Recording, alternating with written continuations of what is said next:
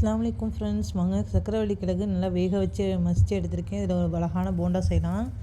சக்கரவள்ளி கிழங்கு நல்லா மசித்ததுக்கப்புறம் பொடிசாக கட் பண்ண ஒரு பெரிய வெங்காயம், பச்சை மிளகா, கருவேப்பிலை எல்லாத்தையும் பொடிசாக கட் பண்ணியிருக்கேன். 3 டேபிள் ஸ்பூன் கடலை மாவு, 1 டேபிள் ஸ்பூன் அரிசி மாவு, 1/2 டீஸ்பூன் மிளகாய்த்தூள், ஜீரகத்தூள், கரம் மசாலா சேர்த்து மஞ்சத்தூள் தேவையான அளவு உப்பு விட்டு இது எல்லாத்தையும் நல்லா பிசைஞ்சிக்கலாம்.